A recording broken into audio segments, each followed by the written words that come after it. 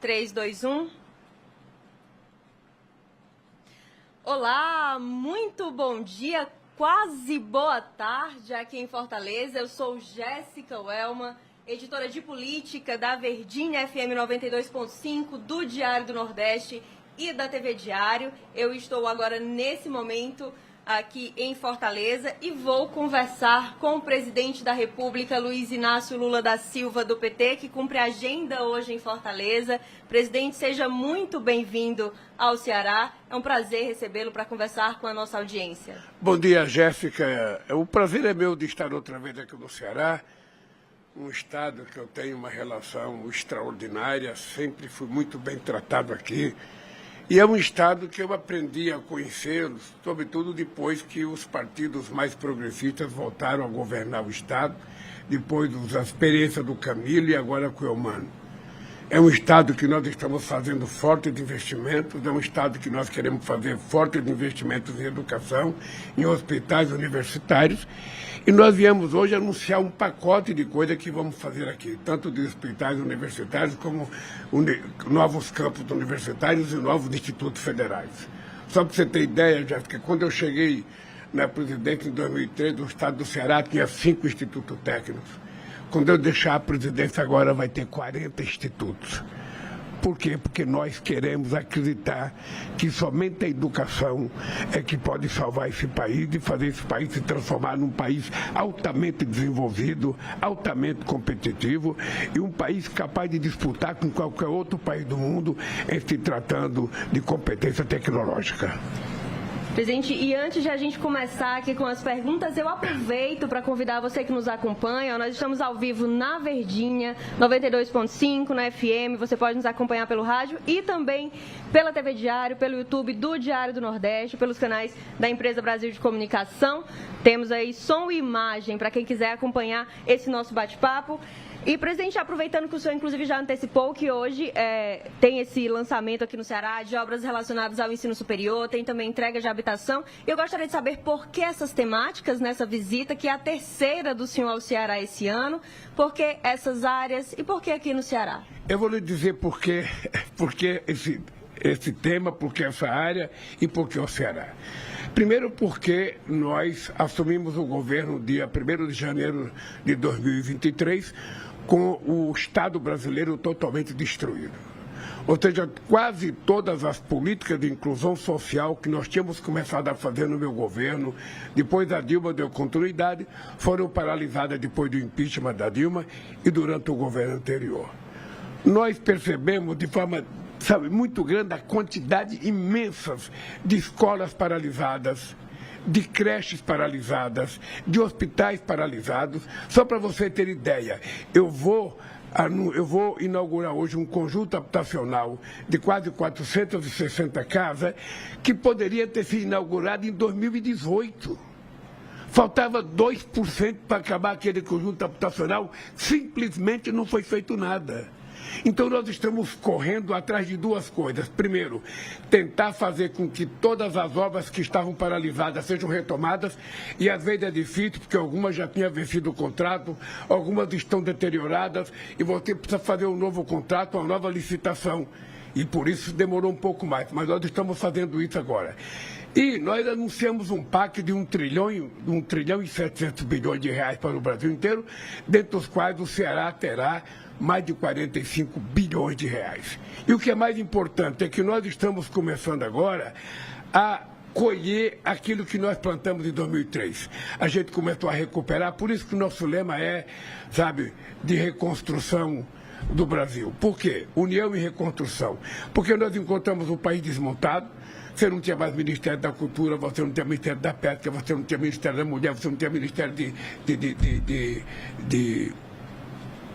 dos povos indígenas. Nós tivemos que criar tudo outra vez, e criar estrutura, e fazer concurso, e colocar gente, e tentar fazer com que a máquina voltasse a funcionar. Então eu disse o seguinte: nós passamos o primeiro ano de 2003 semeando a terra, carpinando, tirando tudo que é carrapicho que tinha. A terra está pronta, nós adubamos ela, nós plantamos a semente e agora é época da colheita. Então a minha viagem aqui já é a colheita daquilo que nós estamos anunciando de verdade no Ceará para acontecer. É mais 6 escolas técnicas, é mais, vários campos universitários e é mais dinheiro para hospitais universitários, além da inauguração de casa, porque além dessas 460, tem muitas outras casas para mim vir me inaugurar no estado do Ceará até 2026. Inclusive, o presidente está falando que essa já é uma etapa de colheita, mas ainda temos mais de 2 anos de governo pela frente. E aí eu aproveito, inclusive, para saber se dentro de todo esse projeto do governo, para essas obras, essa expansão do ensino superior, há recursos também para manutenção desses equipamentos. Porque nos últimos anos, mesmo com as expansões que tivemos, né, nos anos atrás, há hoje algumas críticas ainda pela precariedade de uma estrutura, pela dificuldade de manter, porque é um custo, às vezes, tão alto quanto construir. Mas, Jéssica, eu acho que as pessoas têm razão de reclamar. Eu acho que a imprensa está correta quando denuncia que tem universidade que não está recebendo o recurso adequado. Agora, é importante as pessoas saberem que nós voltamos apenas 1 ano e 6 meses. E que esse governo foi governado durante 3 anos por aqueles que deram o golpe na Dilma e depois foi governado por 4 anos por outra pessoa que desgovernou esse país. Então o que nós estamos fazendo é reconstruindo as coisas. Nós anunciamos a semana passada no Palácio 5,5 bilhões no PAC para que a gente possa dotar as nossas universidades de condições de funcionalidade. Nós colocamos dinheiro para construir laboratório, para construir novas salas de aula, porque muitas universidades que eu comecei a fazer em 2006, 2007, 2008, elas ficaram paralisadas, os laboratórios não foram feitos, o refeitório para os estudantes não foram feitos, e nós agora estamos refazendo aquilo que já era para estar pronto há 10 anos atrás. Então as pessoas precisam compreender que muitas vezes reconstruir é mais difícil do que começar uma coisa nova. E nós estamos reconstruindo porque nós não vamos abandonar nenhuma obra que foi paralisada nesse país. Nós vamos recuperar todas porque o povo brasileiro precisa disso. Então, nós estamos nessa fase extraordinária que eu acho, e nós temos uma preocupação com a educação. Veja, eu já convoquei 2 reuniões com todos os reitores desse país. Antes de eu chegar na presidência, Jéssica, nenhum presidente da República, nenhum, você pode pesquisar, você que é jornalista bem informada, nenhum presidente da República se reunia com reitores. Pois eu todo ano convoco todos os reitores das universidades e todo o reitor dos institutos federais. Por quê? Porque eu quero ouvir reclamação. Eu quero que eles me digam o que está acontecendo, o que está bom, o que está ruim. Porque na medida que eles cobram de mim, eu cobro deles também. Aí é uma via de 2 mãos. Eles cobram e eu cobro, eles me entregam e eu entrego. É assim que a gente vai fazer esse país se transformar num país altamente civilizado, num país moderno, num país em que as pessoas tenham perspectiva de vida. As pessoas nascem, ficam adultos, depois as pessoas casam, constroem famílias, muitas vezes tem nenhuma esperança. O que nós queremos é dar a seguinte esperança para o povo, sobretudo para o pai e para a mãe. A gente vai garantir que o seu filho, independentemente do berço em que ele nasceu, ele vai ter a oportunidade de fazer um curso técnico, de fazer uma universidade. Eu não tenho universidade, Jéssica, eu tenho um curso técnico que eu fiz no Senai. Graças a esse curso, eu aprendi a ganhar mais, eu tive mais estabilidade no emprego, eu fui para o sindicato e virei presidente da República. Então, o que eu quero é que a meninada de hoje tenha a oportunidade que eu não tive no passado, mas que eu acho que todo filho de brasileiro, independente da origem, social, se é rico ou se é pobre, todos, não importa que seja preto ou seja branco, todos, sem distinção, têm o direito de ter oportunidade de estudar, de trabalhar, de ter acesso à cultura, ao lazer, construir família e viver harmonicamente a sua vida. Presidente, e pensando nessa meninada mesmo das universidades, nessa oportunidade, acho que é impossível a gente não falar dessa situação da greve atual, de professores e de servidores. Já são 3 meses de greve, a gente já está encerrando um semestre, seria aí uma conclusão de semestre no fluxo normal. Tem toda uma comunidade acadêmica que está prejudicada nesse processo. Eu gostaria de saber por que está tão difícil chegar num desfecho, o que é que o governo pode ceder ou não pode ceder. Ô, Jéssica, deixa eu te dizer uma coisa. Se tem um assunto que eu gosto de discutir, é greve, porque eu nasci na greve.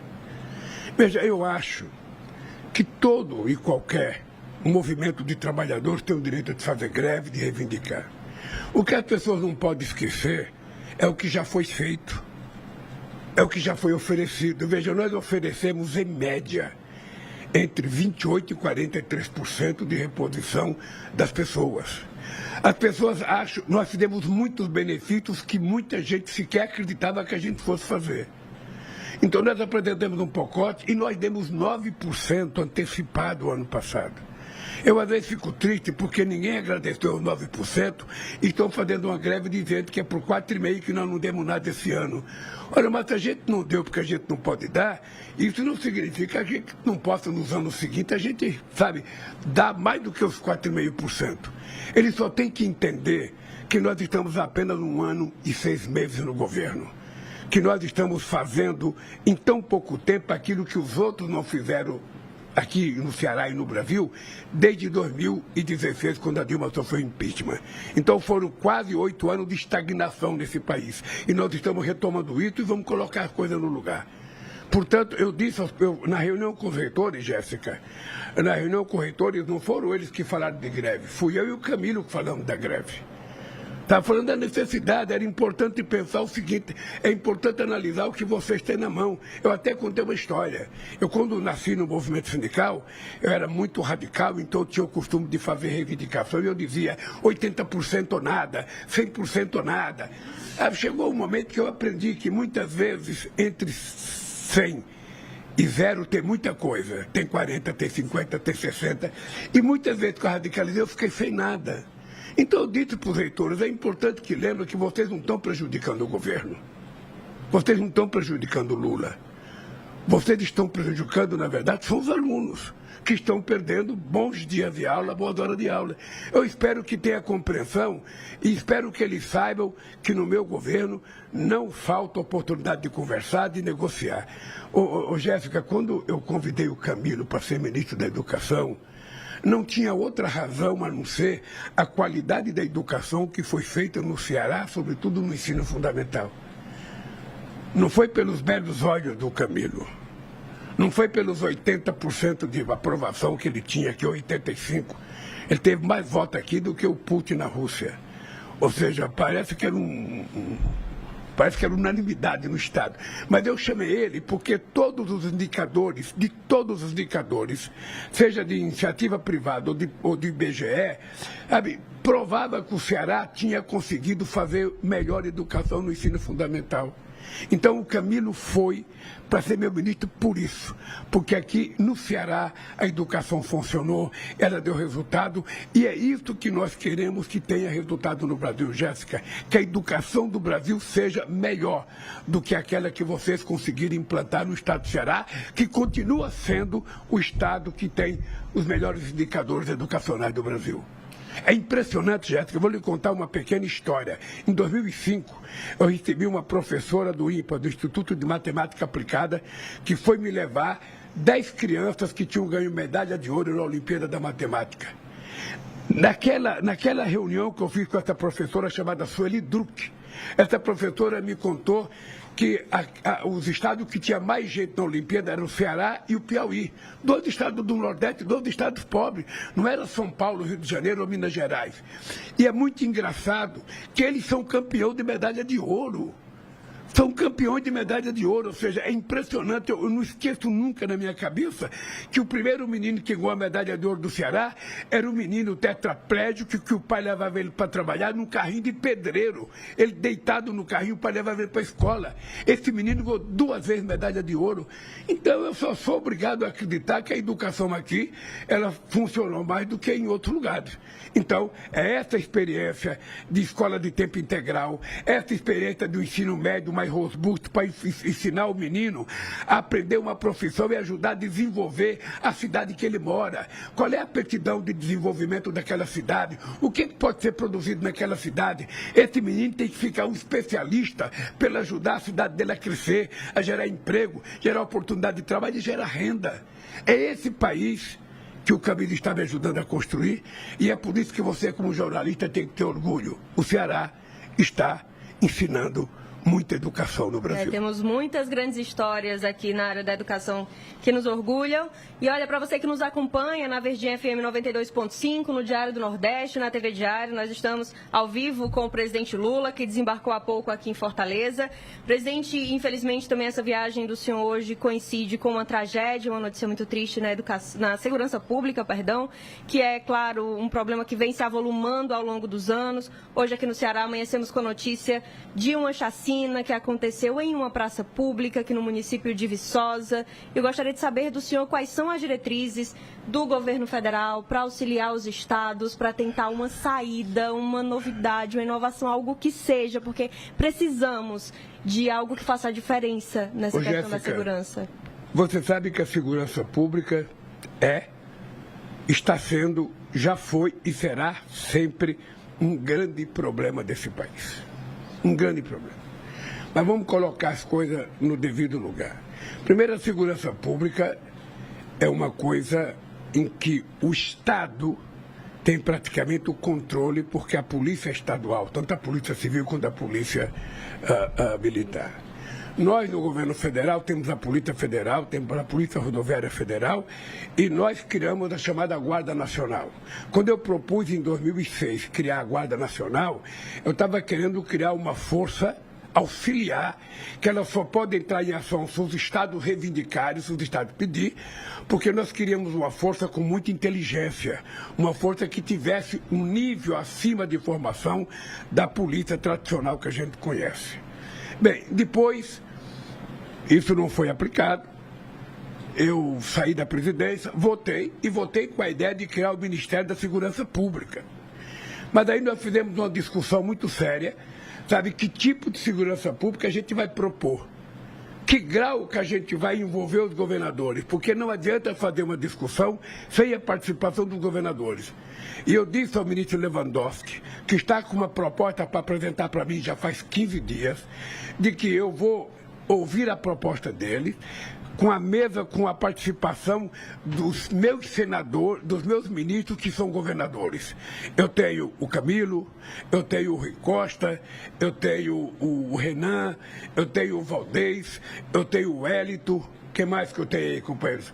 Eu tenho vários ministros que foram governadores, e esses governadores tiveram experiência de 8 anos aqui. O Camilo teve 8 anos, o Cid teve 8 antes dele, o Rui Costa teve 8, o Wagner teve 8 antes deles, o Hélio teve 16. Ou seja, então eu quero pegar essa experiência acumulada dos governadores para que a gente possa chamar os governadores que estão exercendo o cargo hoje e fazer uma discussão. Certamente o companheiro Mano tem muita contribuição para dar. Tem muita contribuição. Aqui no estado do Ceará, houve momentos em que a segurança era tida como satisfatória. Depois houve momentos em que ela caía. Porque é um problema sério que está ligado a muitas coisas, sobretudo ao crescimento do crime organizado. No caso mais recente, a liberação de armas, que quem comprou arma não é pessoa honesta e decente, que quer trabalhar, não. Muitas organizações, sabe, criminosas compraram armas à vontade, que todo mundo poderia comprar, todo mundo. E o Emmanuel é um cara que tem uma escolaridade nisso, não só antes de ser governador. Eu conversei com o Emmanuel sobre o atentado de hoje de madrugada. Ele disse que talvez tenha morrido os 8, porque tinha morrido 7, um tinha ferido, parece que o 8º também morreu. Eles estão apurando, vendo as câmaras, não se sabe se é briga entre o crime organizado, entre facções. O dado concreto é que nós temos que apurar isso e prender as pessoas que fizeram isso. E eu vou apresentar para o Brasil, depois dessa discussão com o ministro Lewandowski, com os governadores, e com uma discussão com os governadores estaduais. Eu quero convidar todos os governadores, sabe, de todos os partidos políticos. Essa reunião acontece hoje, presidente? Já que está prevista para acontecer aqui em Fortaleza, já tem data? Não tá, essa reunião não está prevista para acontecer aqui em Fortaleza, não está para acontecer em Brasília. E eu primeiro tenho que ouvir a proposta do ministro Lewandowski, depois ver o que os meus ex-governadores e atuais governadores têm para dizer, para depois a gente construir.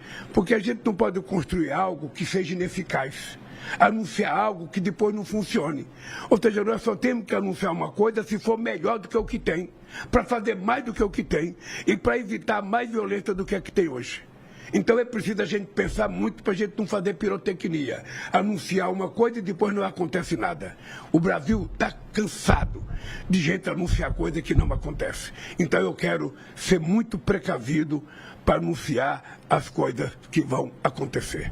E a gente vai estar aguardando. Presidente, essa semana o senhor fez algumas críticas também ao presidente do Banco Central, Roberto Campos Neto, sobre a alta taxa de juros. Ontem o Copom manteve, por unanimidade, a taxa de juros em 10,5%. Eu gostaria de saber como foi que o senhor recebeu essa decisão. Ô Jéssica, veja, eu fui presidente 8 anos. O presidente da República nunca se mete nas decisões do Copom e do Banco Central. O Meirelles tinha autonomia comigo, tanto quanto tem esse rapaz de hoje. Só que o Meirelles era uma pessoa que era um cara que eu tinha o poder de tirar, como o Fernando Henrique Cardoso tirou tantos, como outros presidentes tiraram tantos. Aí resolveram entender que era importante colocar alguém, sabe, que tivesse um Banco Central independente, que tivesse autonomia. Ora, autonomia de quem? Autonomia de quem? Autonomia para servir quem? Autonomia para atender quem? Porque veja o negócio, eu estava numa reunião do orçamento discutindo que nós temos possibilidade de ter um déficit de 30, de 40 bilhões de reais. Aí eu fico olhando do outro lado da folha que me apresenta, só de juros no ano passado foram 790 bilhões de reais que a gente pagou. Só de desoneração foram 536 bilhões que a gente deixou de receber. E toda vez que a gente fica discutindo corte, a imprensa fala muito, a imprensa fala, vai aumentar o salário mínimo, é gasto, vai aumentar o professor, é gasto, vai aumentar... E por que não transforma em gasto a taxa de juros que nós pagamos? Se você pegar os investimentos de crédito nesse país, você vai perceber que os créditos, Jéssica, os grandes créditos são feitos pela Caixa Econômica Federal, pelo Banco do Brasil, pelo BNB e pelo BNDES. Porque os bancos privados, eles preferem, ao invés de fazer crédito, ganhar dinheiro com a alta taxa de juros de 10,5%. Então, foi uma pena. Foi uma pena que o Copom manteve, porque quem está perdendo com isso é o Brasil, é o povo brasileiro. Porque quanto mais a gente pagar de juros, menos dinheiro a gente tem para investir aqui dentro. E isso tem que ser tratado como gasto. Aí eu não vejo o mercado falar, sabe, dos moradores de rua, eu não vejo o mercado falar dos catadores de papel, eu não vejo o mercado falar do desempregado, eu não vejo o mercado falar das pessoas que necessitam do Estado. Quem é que necessita do Estado? É o povo trabalhador. É a classe média, que é quem paga imposto nesse país. Esses dias você viu que eu fiquei meio nervoso, porque nós pagamos 45 bilhões de dividendos para os acionistas minoritários da Petrobras, 45 bilhões. E não paga um centavo de imposto de renda. E você, Jéssica, depois de trabalhar um mês e meio no microfone da Verdinha, você vai receber o seu salário e vem descontado 27,5% de imposto de renda. O trabalhador ganha uma miséria de participação no lucro no final do ano e tem que pagar imposto de renda. E nesse país, quem ganha dividendo não paga imposto de renda. Então, é preciso que a gente tenha um pouco de sensibilidade para as pessoas perceberem que o que nós estamos tentando fazer nesse instante histórico do país é elevar um pouco o padrão de vida das pessoas mais humildes, para que eles se transformem num padrão de consumo de classe média, que as pessoas possam morar numa casinha melhor, possam ter uma escola melhor, possam no final de semana levar a sua família para ir num restaurante, sabe, comer alguma coisa. É só isso que a gente quer. Agora, isso é muito difícil, porque os que estão em cima não querem que os que estão embaixo subam um degrau na escada. Presidente, inclusive para o orçamento do próximo ano, o senhor já passou algumas diretrizes aí para os seus ministros, Tebet, Haddad, sobre tem revisão de gastos no governo, essa expectativa? Que diretrizes o senhor está dando aí nessa elaboração? Jéssica, deixa eu te dizer uma coisa. Eu digo para todo mundo ouvir que eu tive como professora de economia a dona Lindu, que era analfabeta. Mas ela tinha 8 filhos que trabalhavam e a gente chegava todo final de mês, todo dia 10, que era o dia do pagamento, a gente chegava com o nosso envelope com o dinheiro dentro, todo mundo entregava o dinheiro para ela, ela abria os envelopes, colocava todo o dinheiro junto e ficava dizendo, esse aqui é para pagar a bodega, esse é para pagar a padaria, esse é para vocês pagar o transporte, esse, sabe? Ia fazendo a distribuição do dinheiro e ela dizia, a gente não pode gastar o que a gente não tem. Se a gente tiver que fazer uma dívida, é para comprar alguma coisa, para aumentar o nosso patrimônio, para valorizar. Mas a gente não pode jogar dinheiro fora. É assim que eu governo o Brasil. Ou seja, eu não quero gastar o que eu não tenho e eu não quero gastar mal. Eu quero fazer gasto que seja uma coisa necessária. Pagar salário para o povo é um gasto necessário. Melhorar a qualidade da saúde é um gasto necessário. Melhorar a qualidade da educação é um gasto necessário. Você não vai melhorar a educação se você não contratar mais professor, não melhorar os professores, não fazer mais curso para os professores. Você não vai melhorar. Sabe, então o que nós queremos é fazer gasto de qualidade com o povo brasileiro e isso nós não abrimos mão. Nós vamos continuar aumentando o salário mínimo de acordo com o crescimento do PIB. Você sabe que eu tenho um compromisso de isentar de imposto de renda quem ganha até 5 salários mínimos. Eu ainda tenho 3 orçamentos para fazer e nós vamos garantir isso. Tá? A gente vai seguir acompanhando também aqui na imprensa. Porque é o seguinte, veja, porque quando você fala em gasto, tudo que o governo faz é gasto, fazer obra é gasto, o que nós temos que perguntar, Jéssica, uma pergunta que nós temos que responder é o seguinte, quanto custa não fazer as coisas necessárias? Quanto custou? Quanto custou não fazer a reforma agrária no Brasil nos anos 40? Quanto custou não alfabetizar esse país nos anos 50? Custou muito. A transposição do Rio São Francisco, Jéssica, que eu comecei a fazer, ela foi tentada por Dom Pedro II em 1846. Nunca deixaram ele fazer. Pois eu demorei quase 150 anos para fazer, para trazer água para 12 milhões de nordestinos que viviam no semiárido nordestino. É gasto? É gasto. E não é gasto você ver as pessoas morrerem de fome, ver a cabrinha morrer de fome, ver o jumento morrer de fome, ver a vaca morrer de fome, e ver as pessoas saindo, andando a pé com a mochila, ou trabalhar numa frente de trabalho para ganhar R$30 por mês. Quanto é que custa isso para o Estado? Então o que nós temos que ter noção é que quando a gente faz, sabe, uma coisa, e aquilo resulta num benefício coletivo, na melhoria da qualidade de vida, aquilo é um investimento extraordinário que nós estamos fazendo. Nós estamos investindo no povo brasileiro. A decisão do Banco Central foi investir no sistema financeiro. Foi investir nos especuladores que ganham dinheiro com juros. E nós queremos investir na produção. Nós estamos conversando com o presidente da República, Luiz Inácio Lula da Silva, que cumpre agenda nesta quinta-feira aqui em Fortaleza. Logo após o meio-dia, ele estará no Palácio da Abolição para tratar de obras no ensino superior e à tarde também entrega casas populares no bairro José Walter, aqui em Fortaleza. Presidente, estamos em ano eleitoral. O senhor, desde o começo desse ano, tem cumprido uma agenda intensa também de visitas, especialmente aqui no Nordeste. A gente sabe que é uma região eleitoralmente muito importante, dado o histórico do PT aqui nos estados. E eu gostaria de saber como é que está a preocupação do senhor, do governo, com as bases eleitorais, dado que a oposição também tem focado bastante no Nordeste. Qual deve ser o papel do senhor nas campanhas? Aqui em Fortaleza, o PT já deve ter candidatura. O que o senhor está planejando para esse período de eleições? Olha, Jéssica, o papel do presidente da República é um papel que exige mais cuidado e mais responsabilidade. Eu tenho que levar em conta que eu, embora pertença a um partido político, eu tenho uma base de apoio no Congresso Nacional que extrapola o meu partido político. Então eu tenho que levar em conta se nas cidades esse partido que me apoia estão disputando, eu tenho que levar em conta quem são os adversários.